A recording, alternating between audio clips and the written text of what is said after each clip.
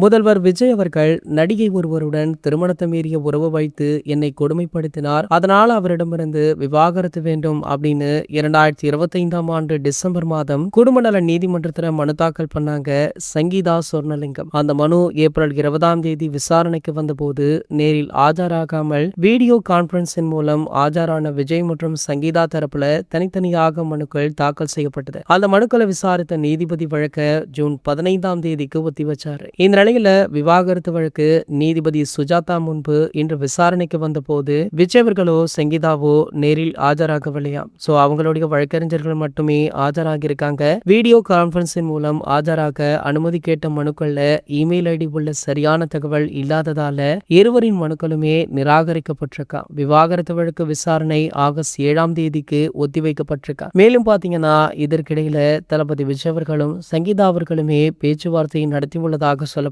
மீண்டும் இருவரும் ஒன்று சேர்ந்து அவங்களுடைய பிள்ளைகளின் எதிர்காலத்திற்காக குடும்பம் நடத்த உள்ளார்கள் அப்படின்ற தகவல் சோசியல் மீடியாக்கள்ல ஒரு சில நாட்களாகவே வைரலாச்சு. சோ அதனை உறுதி பண்ணும் விதமாக இதனை மறைமுகமாக தளபதி விஜய் அவர்களுடைய அப்பாவான எஸ்.ஏ. சந்திரசேகர் அவர்கள் கூட சமீபத்திய பேட்டியில பேசியிருந்தார். சோ ஆகையால கண்டிப்பாக இருவரும் மீண்டும் ஒன்றிணைந்துருவாங்க அப்படின்னு ரசிகர்கள், பொதுமக்கள் அப்படின்னு பலருமே ஆவலுடன் எதிர்பார்த்து காத்துட்டு இருக்காங்க. சோ கண்டிப்பாக அடுத்த விசாரணைக்கு இருவருமே நேரில் ஆஜராகி இல்லையென்றால் இதற்கிடையில சங்கீதா அவர்கள் அந்த விவாகரத்து வழக்க வாபஸ் வாங்கி விடுவாங்க அப்படின்னு எதிர்பார்க்கப்படுது. இது போன்ற செய்திகளை பத்தி நீங்க உடனே தெரிஞ்சுக்க நம்மளுடைய சேனலை மறக்காம சப்ஸ்கிரைப் பண்ணிக்கோங்க.